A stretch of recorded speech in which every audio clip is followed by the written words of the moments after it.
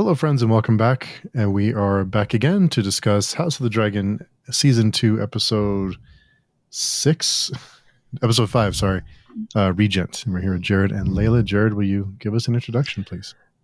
Yes, I'm Jared. I run a Fantasy Thinker YouTube channel, and I'm on podcasts like this one, and involved with pagechewing.com. And Layla. I'm Layla Ghoshi. I am a teacher, a writer, poet, and I have a web magazine, and I love talking about the Targaryens. They are a fascinating family, for sure. I love talking about all of them, but yeah, right now the Targaryens are in focus. Speaking of the Targaryens, I think it's kind of cool to see how the Targaryens were like in the other books. It seems like they were kind of almost like a bedtime story that people told their kids to scare them. Yeah. And in here they're so prevalent. It's the way that kind of the peaks and valleys of certain families and certain powers. It's pretty interesting. Yeah. And yeah, I felt that way when season 1 started. It was, not literally overwhelming, but it was overwhelmingly, yes, Targaryen, when we're used to having more of an ensemble of all of the families and the families interacting. So one thing I like about the show is that they are bringing in the other families as well, so that you really do get a sense of Westeros as a whole, although not as much as in the previous series, but still you can just see how some of the actions of the main characters are or will impact, some of the other characters and families. Yeah, I think that's an important distinction here to separate the two shows from each other, in that the first, the Game of Thrones was a story of different families fighting each other, and this one is succinctly the same family fighting each other. And even though other houses may take one side or the other, it's still because of this one family. And I like that contrast we've had, and I think they're really pushing that. Yeah. And just from this show, I had predicted heads would roll last time. The only head I think we saw was a dragon head, unfortunately. A big dragon head. Coming through the street. Yeah. But it's almost now breaking down from within each side. Like if Aegon wakes up and Aemond is, regent, which he is, that's, I want to see what happens there. But definitely that will be a massive division of some kind on their side. And I don't know what Damon's doing over on the other side. If he's I can't tell if he's in a dream state when he's saying certain things like "call me the king," or or if he's just like gone off his rocker. I don't know. So it's a good question. Yeah, I like the one of the lines of one of the just the regular people in the very beginning when the dragon's head is coming through, and he said, "I thought the dragon was gods," and it just it gives you that that sense of the regular people still don't have a real grasp on how the rich and powerful live, and and how much of they're just we know that they're just people like everybody else, but the common folk don't know that, and they and how they feel about dragons and how they feel about the Targaryen family is beyond its own. They look at them as higher beings in a certain way, And I thought that was a great line that they threw out there. Yeah, and I wonder if that's going to come back on them somehow, because it was like an emperor has no clothes moment, although not as much if it wasn't, I think, as definite, you know. Um, I mean, it was just one guy saying it. Maybe other people thought that too. But it definitely, I think, rolling the head through the town and with that character saying it, I think it showed a weakness that someone might exploit somehow. Hmm. Yeah, So, it was definitely looked on as a mistake by yeah, some people. So, yeah, it's going to be very interesting to see how that develops. Yeah. yeah, I think that might be a counterproductive move in the long term for them, because they see the dragons as almost like unstoppable gods, or these creatures that just can't be beaten. So it almost makes them look vulnerable too. When they just have a dragon head, and it's kind of like, well, they can be killed. So is an uprising more or less likely now to happen with the small folk who are being trapped in the... right. Right. That's a great Yeah. point. Yep. And I think Mysaria, was it Mysaria? Mysaria? Is out to plant some seeds of rebellion amongst of her contacts in King's Landing. So could that also Yeah, play into, help play into all that? yeah. That's a great point. And just to also add to the point of division and weakness between, the small folk knowing more about the Targaryens. One thing the Targaryens do, they know that their dragons can be killed by each other, you know, Mhm. because they worry about who the bigger dragon is and pairing up one dragon against another. So, yeah, I just wonder if that will come into play in any way in the future. Um, so, because I think Jacaerys, Rhaenyra doesn't want Jacaerys to go out because his dragon is still young as well, or doesn't want him to go into battle. So, Mhm. yeah. Yeah, and I think it So, ties into the whole theme of Game of Thrones in general, with that long term breaking down of the supernatural, which leads yeah, to the wall being undermanned, and the lax state of the wall when we finally get to the beginning of Game of Thrones, that's a great and point. of course it leads to the other houses believing that they can have a rebellion like Robert's rebellion, so it's just Good point. the beginnings of Mhm. the idea that supernatural's on the wane, and of course eventually all the dragons get killed off and what have you, which really ties into the fact that it makes Daenerys' rise with dragons coming back in Game of Thrones that much more powerful of a thing, That's a great point, actually. Yeah, that could be the beginning of the thread, if we're thinking in terms of tapestries, like the opening, Mm. that's the thread that starts to pull right there. Yeah, That's good. that's good. I like that.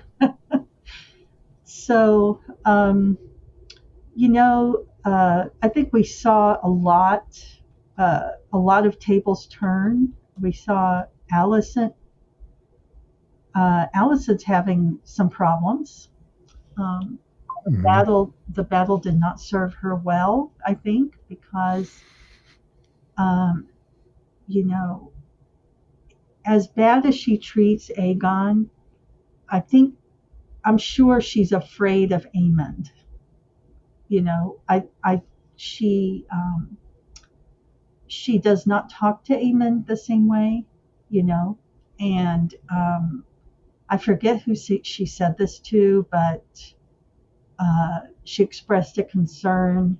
Maybe it was to Cole, but she expressed a concern about Aemond um, being, I don't know, I forget exactly how she said it, but someone who would not listen, and might even be out of control. That's uh, you know, the impression I got. And she was really inquisitive and really pressed Cole on what exactly happened. So I think she suspects Aemond also, of um, uh, maybe doing something to Aegon, which she's right. um, you know, so I just wonder how that's all going to play out. But she ended up having to take a step back on the council. Well, not take a step back so much, but she expected to rule while Aegon was out, and they shut her down for that. And she seemed pretty mad about that. So, but maybe, she put herself in that situation. Yeah. I don't know. It's in Aemon. Is Aemon out of control, or is he not controllable? That's what she's worried about. Where I think she thought she has some modicum of control over Aegon. She knows she doesn't over Aemon. And so when he takes the regency, the counselors are all voting upon his show of strength. And that's why I think it was, I don't know if it was her, if it was somebody, I don't remember who said it, but they asked the question, is strength now our only god?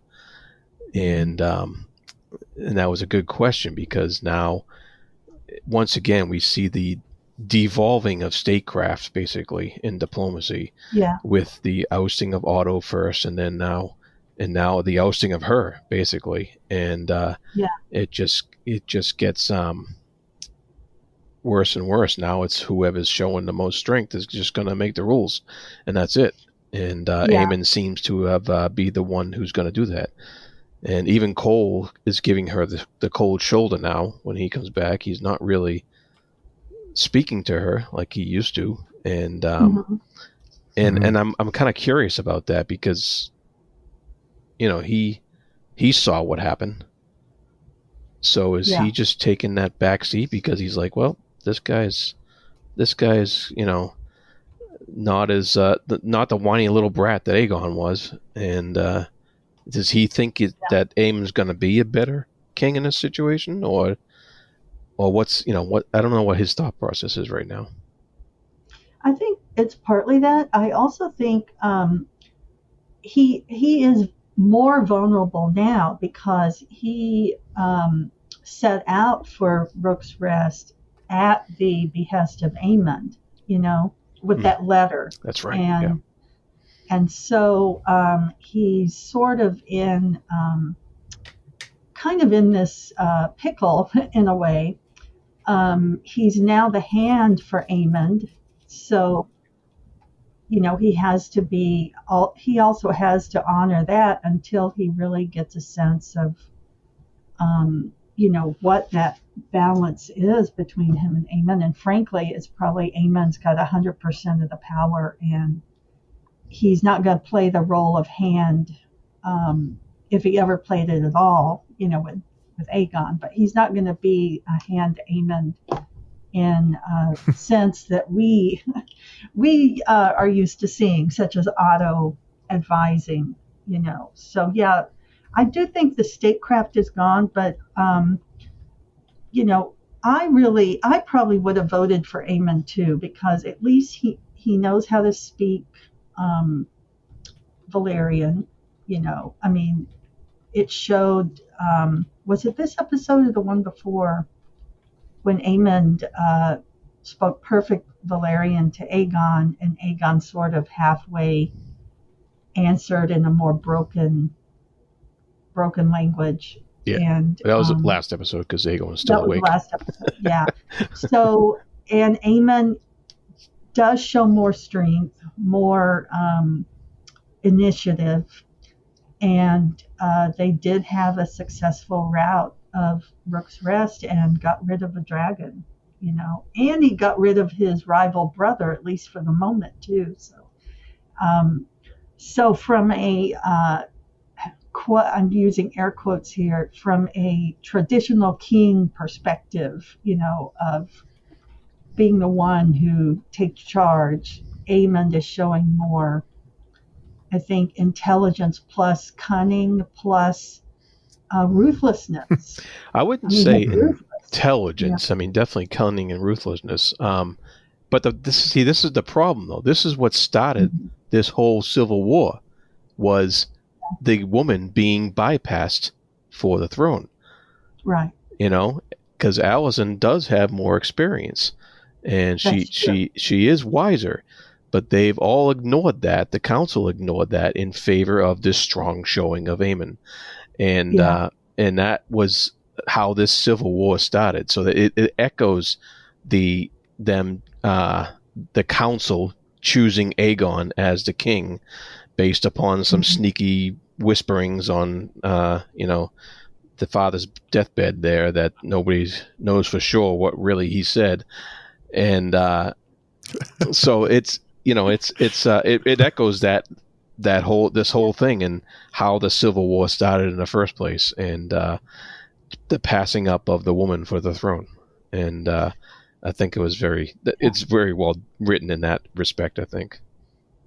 No, that you make a great point there. I was thinking of intelligence in comparison to Aegon. Right, yeah. And Aegon is probably intelligent. He just hasn't used it, to really study something. And, but yeah, definitely Alicent has more experience. And frankly, somebody should be calling Otto back. I don't know if they will. But he is really needed as well in this. On the flip side of Aemon's intelligence, if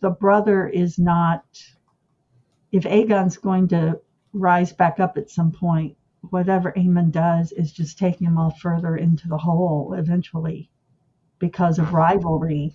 When Aegon wakes up. So, and it may be Cole that ends up on the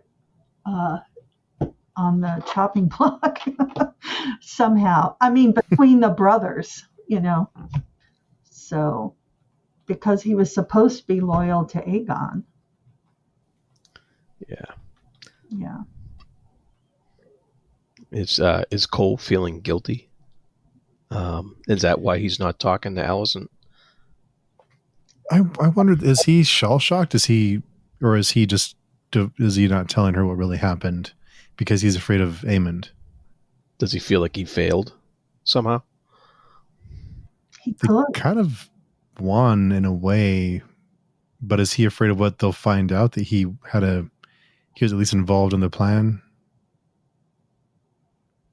Or is he just shocked and he's just like, has PTSD? It could be a range of emotions. Yeah. The PTSD of just, shock at all that has happened.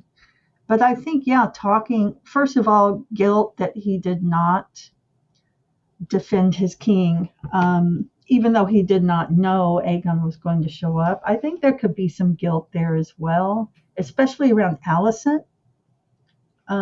Guilt in terms of not protecting her son, but also just guilt in terms of not being able to explain what all really went down.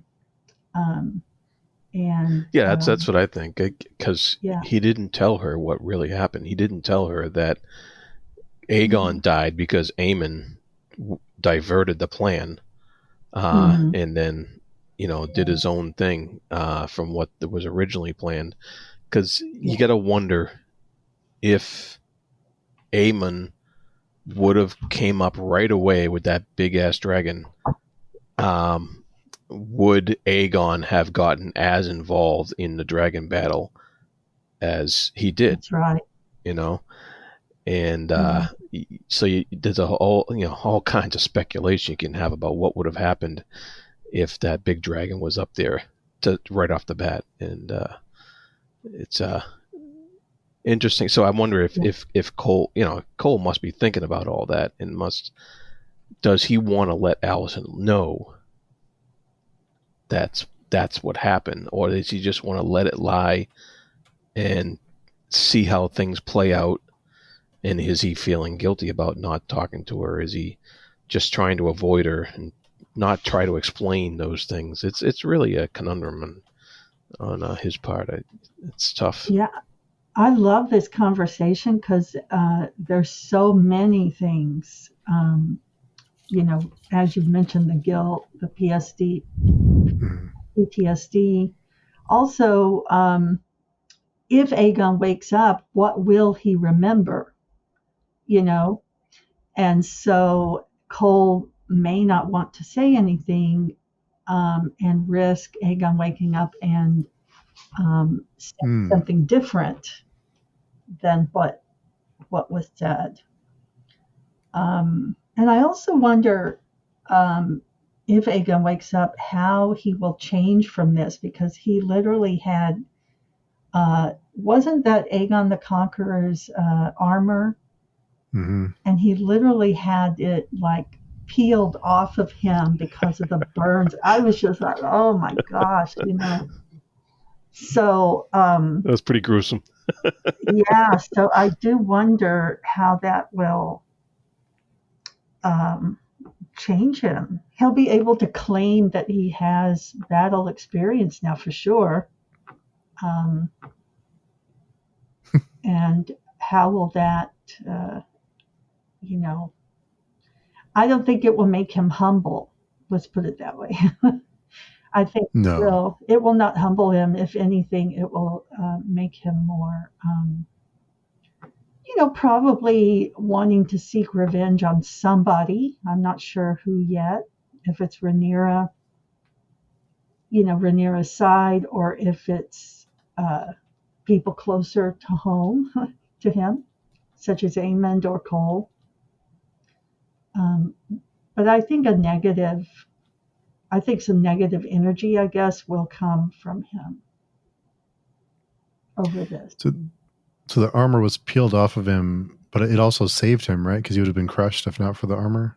Probably, yeah. I guess what the alternative would be, he'd be like a pancake under the dragon. So it saved him, but he had to peel it off of him.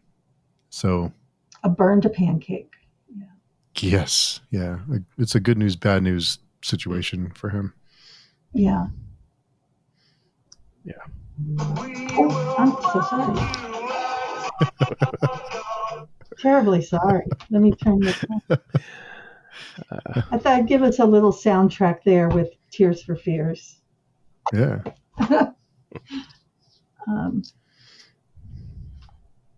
Yeah, so, but on the plus side, if you can call it plus side, Aegon got his battle experience. Yeah, we'll see if he actually wanted that. Yeah. So,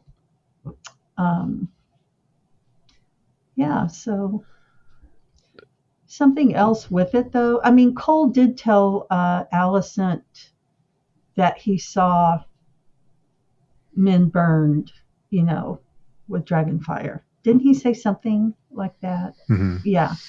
So, but what the other sense you get out of this is that whatever happens in general, most of it Alicent's never going to hear most of what really went on there. It's like what happens there stays there, unless somebody talks. Yeah. Yeah, well, a lot of people witnessed the dragon battle, though. So yeah, I wonder if that's true. More will come out eventually. Maybe she'll hear it from someone else. Maybe she'll hear it from, the whispers of the populace or what have you, or maybe one of those spies or something will get back to her. Who knows? I don't know. That's part of that distance between commoners and the royalty. Is that going to come into play? Is she going to find out? Is she going to believe it if she hears it from a common soldier or what have you, or one of the lower knights? Is she going to believe what somebody tells her? I don't know. Or is she ever going to leave the castle? To even find out anything more. I would hope she'd be more curious about the fate of her line here, but You've just made me think. I wonder if there will be something of a battle of the whisperers, because what's his name? What is Strong. Strong? Yeah. What is his first name again? Laris. Yes. He will. He may hear of Masaria's plot. I mean, he may be aware, but he also may hear word on the street from the soldiers that he can come back and whisper in Alicent's ear. Yeah. So if it benefits him some way. Yeah. That's going to be the question. Yeah. And you wonder who. Well, he's playing for himself, I think. I don't think he's in it for his family name. As far as we can tell, I mean, it's because he was like Harrenhal was his, right? Yeah. Or his family's before the other guys moved in there, and then Damon moved in. So he doesn't have anything right now as far as lands and what have you. So yeah, what's his long game? Like, obviously he wants his side to win this war, most likely so he can get lands back and what have you. So I don't know. I don't see an objective for him beyond that at this point, but it's just that name, the Whisperer, that gives him more of an air of mystery, I guess. I think ultimately personal power is his game.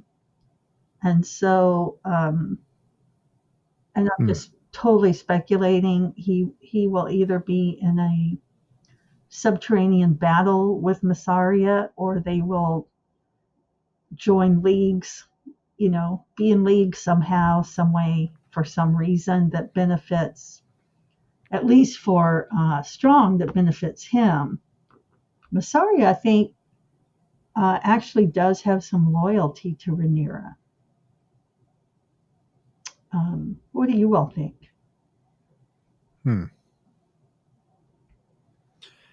It seems like I think he'd probably jump on wherever he can. Mm-hmm. Yeah. I think most anyone who isn't,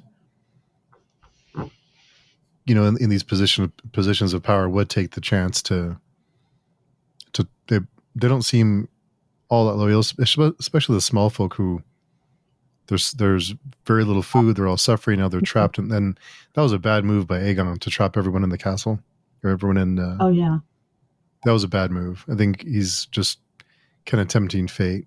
Once they realize there's more of us than there are of them, things may go wrong. And I think that's the difference between Reyna. She's, with the White Worm's help, she's starting to realize and use the small folk to her advantage. Mm-hmm. I guess she doesn't really have to worry about it because there's really I don't think there's anyone at Dragonstone, right? But she can use the small folk to her advantage because they're being mistreated by Alicent and Aegon. And I think Massaria truly, just from what we saw in season 1, I think her loyalty is to herself, of course, but also the small folk, because wasn't she sort of running some kind of, underground opposition of some kind? Am I remembering that correctly? I just got the impression she was more pro small folk as well as for herself, like standing up for the downtrodden. So, I don't know. I can't, that was like the first or second episode I got that impression. So, or the first or second time I saw it. You definitely get the impression that Reyna's won her loyalty at the beginning of this season. Yeah. So that impression is definitely there. And so she did mention the stirring the seeds of rebellion amongst the common folk of King's Landing. And so how she's going to do that, we don't know yet, but we'll see how that plays out. Yeah. The other side, there was a lot of politics going on in treaties to the Freys and the Eyrie and the Brackens and stuff like that, and the Blackwoods. So we saw a lot of politics there, but mainly her son was trading Harrenhal to, was it the Freys, right, who had the moat there, and he just agreed to it. I don't know how that's going to play out with Damon, sitting there acting as a king, and so that's going to be an interesting inner conflict on their side when that comes to pass. And that did make me wonder, as they say, history repeats itself, and the Freys are very devoted to their bridge and so on. And this would be the first time things go wrong with that bridge, if it comes to, if Jacaerys does not tell Damon fairly soon what's been agreed to. Yeah. And if Damon agrees, that could be a letdown. That could be letting down the Freys, which makes what happened in Game of Thrones even more understandable, although I don't like what happened, but that the Freys, Freys have been crossed before on deals about their crossing, So, and they take that very seriously. So, yeah. So he was trying to do statecraft, speaking of, without having the experience. Yeah. I think Jacaerys. Yeah.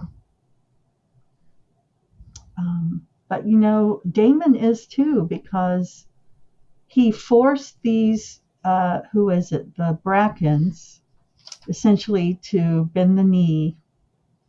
And then some Targaryen backers, who I guess was the Blackwoods, came in and tore up some small folk. And Damon didn't really seem to care. Nope. Mm-hmm. Yeah. So that will definitely bite him one way or another. Yeah. But another parallel I wanted to make too, back to the second sons thing. So we see the second son, Aemond, now, having overthrown his older brother, sort of, now declaring himself at least a regent, where Damon is essentially a second son doing the same thing. There's this parallel between them of their ego, for both of them, their ego is taking over their common sense. So good times. Wonder what'll happen there. I think both are, without speaking of the state, the experience in statecraft, without that experience of how to make those decisions. Yeah. Yeah. Yeah, and that's going to be interesting. And it was interesting that towards the end of episode, Rhaenys gets the idea that there may be other dragon riders out there somewhere. Mhm. People related to them that aren't within their immediate Targaryen family there that could Mhm. possibly be a dragon rider. Of course, we see the culmination of that in the original Game of Thrones series Mhm. towards the end, but that's an interesting way to end this episode. And I wonder if they're going to find anybody, because I guess they have a couple of big dragons sitting down there with no riders, and that could be very interesting to see if they find some scion somewhere who's working a farm and say, "Hey, you try to ride a dragon," and see what happens there.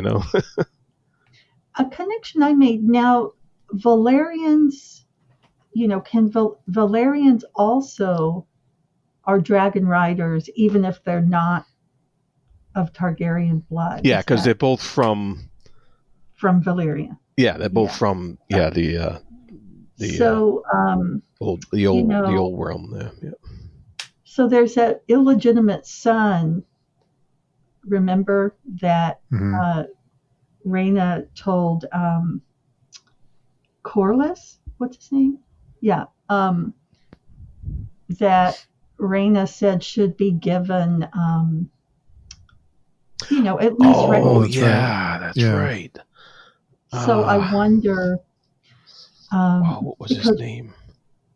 I don't remember. Alan? Lots of Targaryen bastards are going to get a chance to ride a dragon very soon. Yeah, the one who saved his life, right? Mm. Yeah, I know who you're talking about. I think his name is like Alan, Alan, Aly. that's right, Alan. Yeah. Yep. And there is a legend. I don't know if this came out in the Game of Thrones show, but I think in the series there's a legend of an illegitimate daughter that ended up being a dragon rider. So I wonder if that same theme is playing out instead. So, yeah, I can't remember if that legend was mentioned in House of the Dragon, the book, or the Game of Thrones book. But that could be then. I mean, he's just sitting there and, they mentioned him. I mean, he's been called forth a couple of times as somebody significant. So I just wonder, and that way, because something I thought, yeah, they could ask another house, a house they've married into, to see if that would be a dragon rider. But who would those people be loyal to? I mean, if they learned they were a dragon rider, why couldn't they be a dragon rider for their own house? I mean, for the house they're married into, such as whoever, the Tullys or whoever. So that could be a threat. I don't know if they're thinking that way either. So, yeah, it'd be good. It'd be good TV though. Well, yeah, it seems after seeing the destruction of the dragons could do at was it Rook's Rest? Rook's Rest. After seeing the destruction and on both sides, a lot of friendly fire. Mm-hmm. It seems like I get you have to find more riders because you have these weapons, so you have to have someone use them. Mm-hmm. But someone who hasn't been raised with them doesn't really know how to they don't have that connection like the other Targaryens do who've been riding them their whole lives. Mm-hmm. Seems like a risky move in some ways because while it is leverage, you can offer the dragons to other houses and get allies. It seems like to use them wisely because it can go wrong for you if just by accident. It's like an atomic bomb without a targeting system. I mean, yeah, and also feeding it. Bring a dragon home, it might eat your whole flock, and of course that kind of thing would probably be taken care of already. But yeah, I think there's a lot of logistics there. And for storytelling, I think it make good storytelling. Um, but one wonders about all the little details too. Lots of livestock to feed them. Yeah. Lots of resources. So they're also resource hogs. So they're Mm-hmm. it's kind of like having a huge army. I mean, you have all these people, but then you have to feed them. So it's the same thing with the dragons. You have to keep them happy, fed, and it's a lot to. So while you can have lots of dragons, it also lots of resources are needed to keep them going. And that came up with Daenerys, Mm-hmm. Also the dragon eating people, eating her subjects once in a while. So, but that's, I'm looking forward to see how that pans out either way, because even if they do invite Alan to try, they may invite a lot of other folks to try too, and I just think it would make for good TV just to see how that works out. So, but it is a smart idea. Yeah, so. And we got 3 episodes left for this season, right? Yeah. Mm-hmm. Has this definitely been picked up for a third? Oh, I don't see why it wouldn't be. I hope so. Yeah. Okay. Yeah. I mean, that's the plan, right? That's it. Yeah, I think they're planning 4. Is what I okay. read. All right. Cool. Yeah. Yeah. No, that's some good stuff that could be coming up here. I'm glad. And I was very trepidatious with the first season, but they've proven themselves to me now. So yeah, no, this is good fun. This is really good TV. It's great to watch. Yeah. It's I'm having a good time. So I guess Oh, go ahead. I'm sorry. Go ahead, Lou. No, I just wanted to ask about Damon and his dreams. Oh, I was about to ask that. Yeah.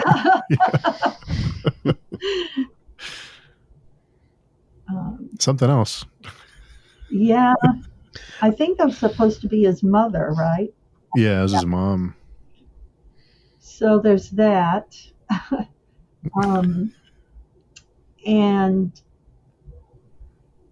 so what I'm getting from that is, I guess, I don't know, he seems to be working out his emotional,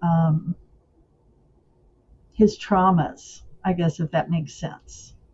I mean, the nightmares he's having, the vision, the vision of Rhaenyra sewing up the boy's neck, like cleaning up his mess. And so, and I did see comments online I want to bring up and see what you think. But Alice Rivers, someone mentioned, actually one of the more people who get on and talk a lot about it, mentioned that Alice Rivers looks like, what's his name? Ramsay Bolton. Oh. Has a Ramsay Bolton smile. So, I don't know, take that for what you will. But I was like, well, isn't that interesting? So, who knows, not that I'm saying that she's going to pull a Ramsay on him, but I don't know. Just maybe let's see what happens there. Because she's a bastard, and so was Ramsay. So you're talking about the kitchen witch? Yeah. Yeah. Okay. She seems to have this chemistry with Damon too. They seem to have this weird thing on. I'm not sure if it's something that she's doing or if they just if it's natural, but it seems like she's pulling strings somewhere. That's the question. Is he just having nightmares on his own and stuff and visions on his own because he's really messed up in the head, or is she doing something to incite these things, doing some kind of witchy magic or what have you, or is it actually the magical wood that the bed is made out of that's causing this thing? We don't really have an answer to that yet. I know she's kind of playing it up a little bit, but is she really causing it, or is she just like, poking the bear? Or does she just know about the wood and stuff like that, or is she just playing up the rumors of the wood and just messing with his head? I don't really know yet what the real deal is here, because Damon could be insane for all we know, and he partially is probably, but it could just be all in his head. We really don't know yet. And is he just susceptible because he does have his own psychological issues? Right. Yeah. I have heard, another one of my,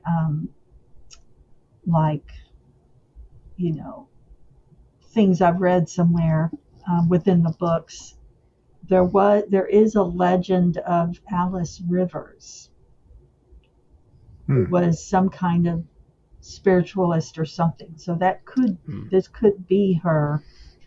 But is she, seeing this all in action now, was she really just a scullery maid that got blamed right? Yeah.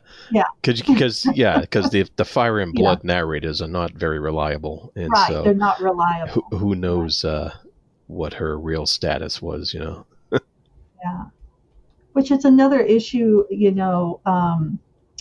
not that the show is doing incorrectly, but an issue about, as a woman, she's taking the blame, as a witch, when maybe, Damon is just finally going off the rails, so. So good fun. There was something else that happened. So the Blackwoods, the Brackens, they asked for money, but Strong had taken all the money out of Harrenhal. Right. Yeah. Well, we do meet, I forget their names, the woman in blue, the Aaron. Oh, yeah. Yeah. Do meet them, which it's fun seeing the descendant or the family trees, the ones we see later in the series. Yeah. No, it is cool.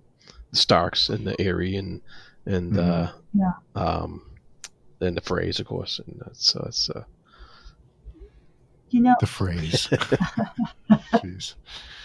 I felt like Erin, I didn't get her first name, but of House Erin, I felt like she was getting the short end of the stick there, because she said that she wanted a dragon, but she wanted a big dragon, and she wanted a dragon rider and a dragon, and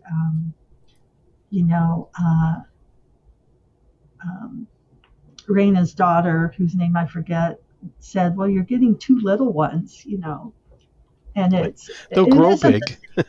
Yeah, it isn't the same thing, and I feel like that is a bad deal. I think that's a bad way to treat her, and that will come back on them somehow, because they knew what she wanted. Yeah, but they are in a war too, so it's like, do you send one of your big dragons that could help win the war to a place that might never be in the war, or do you try to placate them with two smaller dragons? That's a tough decision. That's a hard ask, I think, on the Aries part. Yeah. So, but she's taking a risk by taking the two young Rhaenyra's kids. Yeah. Yep. Although I'm a little confused because I thought Rhaenyra was trying to send them to Pentos, so I'm a little confused about how they got to the area. But maybe. Well, I think she sent them there too because of the keep, that they would be protected there because it's the wall. What's the wall from? Wall of Tears or Wall of Blood or what's the name of the wall? I forget.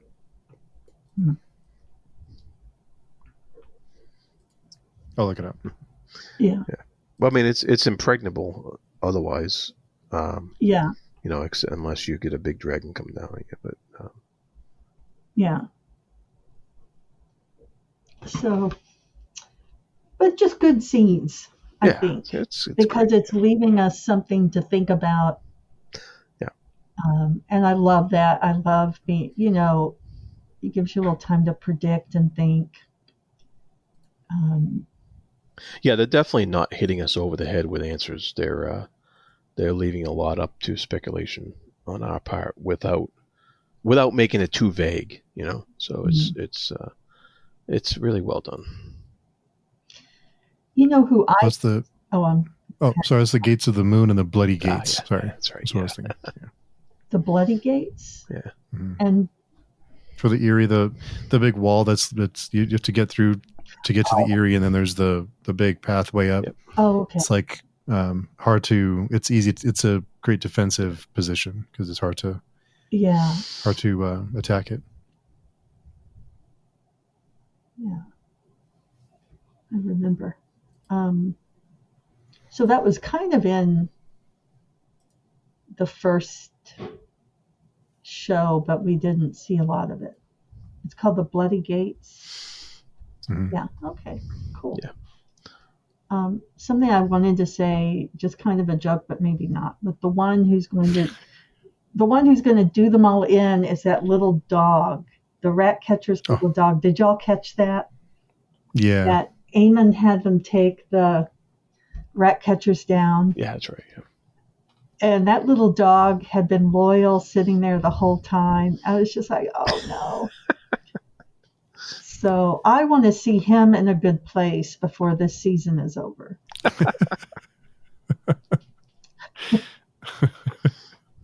The dog got so much attention. Yeah. It's funny. But yeah, I feel like they threw it in there like the dog is fine, relax. Oh yeah, that's right. Yeah, they have to. I mean, people got so wound up over the dire wolves, which was fun. Mm-hmm. I mean, it was fun. So, but I was happy to see him.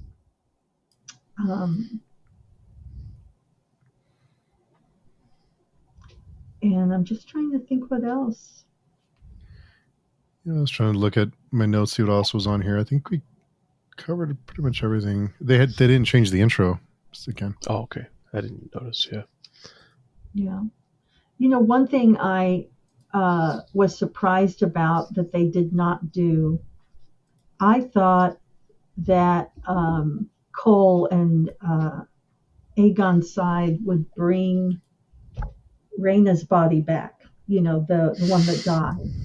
They brought the dragon head back, but not her.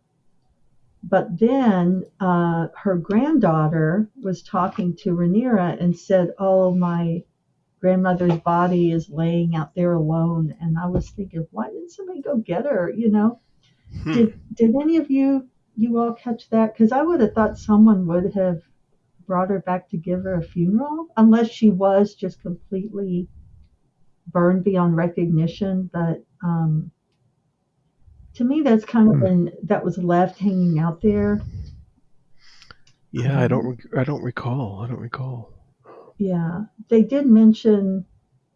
I think it's Layla that said she wanted to die in dragon fire like her grandmother.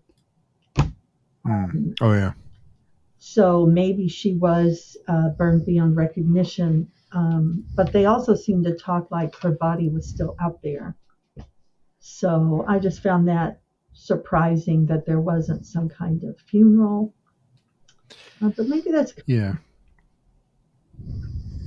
so. I was kind of surprised it wasn't more of a deal made out of that. It seemed like a major death that it wasn't.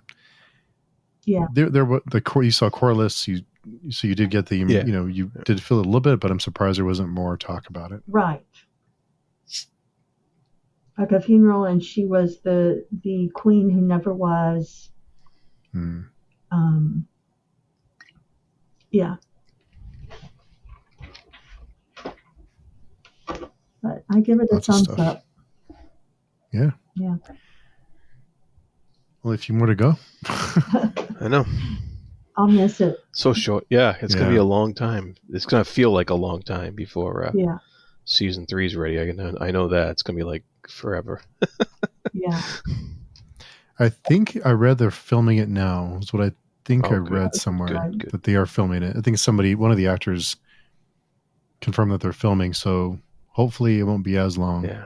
Okay, good. Between seasons. Yeah, because it seemed like a long time since the first season. So with the state of the entertainment industry, I think they're incentivized to keep it rolling because there's not a whole lot out there right now that's doing very well. Right. So hopefully that's going to, motivate them to keep it spinning. You don't want to let it die on the vine too long. There's not, there's other than a few. I mean, movies aren't doing anything right now, other than a handful, and there are some TV series that are doing well, but not very many. That's right. I check every couple of nights just for something to watch, and sometimes I don't finish just because it's like this isn't going anywhere. Yeah. It's sad. Yeah. I think now it's quantity over quality, especially for streaming services, because they have to keep you, so they just pump out, keep the queues whatever filled, they can. Yeah. So that's a shame. It's weird. Cool. Yeah. Good episode. I agree. Yeah.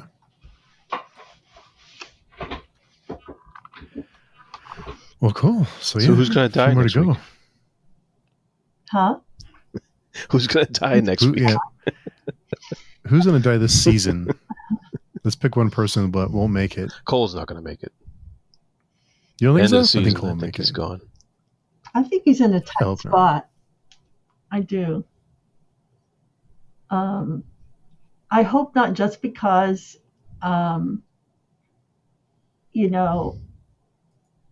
just the suspense of what's going to happen to his character is interesting because of the web he's really trapped in, So I hope they extend that a bit, but but he's a contender for sure.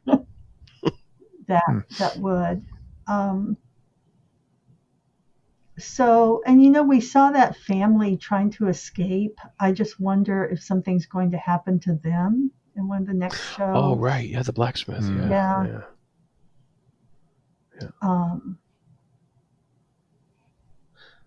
So either that, or he's going to be leading the insurrection in the King's Landing. One or the other. Yeah. Oh, yeah. Great point. Yeah. He is a bastard, right? Wasn't he? Oh, no. Was that him? No, maybe. Was he a bastard? No, I don't know. I don't know if he's a bastard or if he's just a guy who didn't get paid by the crown. He could have his own dragon soon. That too. Oh, maybe, yeah. He did kind of have that Targaryen hair, so. You turn into Oprah, like, you get a dragon, and you get a dragon, and you get a dragon. That'd be cool. I mean, what better time is it to be a bastard when they're like handing out dragons to anyone who's a bastard? Like, I have blonde hair. Like, give me a dragon. I can make a game show out of it. Yeah. I got white hair, so there we go. Hey, you could get a dragon. Some people call it gray, but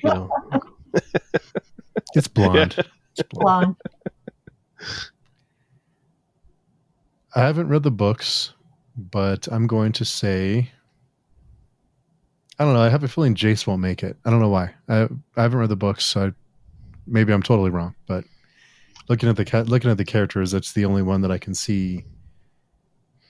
But it seems like a lot of death on one side. Yeah. war. But yeah, I'm just throwing it out there. See what happens. Well, and I nodded, but only that I agree he's at risk. I can't remember how it shakes out. So, yeah. Yeah, it was a long ago when I read the book, so I don't remember. I have a feeling of the big deaths, if there are any, which, it is the Dance of the Dragons, would probably be in the last season, like when everything really starts come together. I think we've seen some action here, but there's still a lot of positioning, Sure, certainly. Yeah. So. Yeah. That's all I can think of at the moment. Good stuff. Yeah. Well, cool. Well, we'll be back next week. It's sad that there's only a few more to go, but I know. Be fun stuff. Mm-hmm. So cool. Jared, where can people find you? You can find me at the Fantasy Thinker YouTube channel, and you can find me on Speculative Speculations podcast and other fine podcasts on Page Chewing. And Layla? Find me on X and at my Validine magazine site.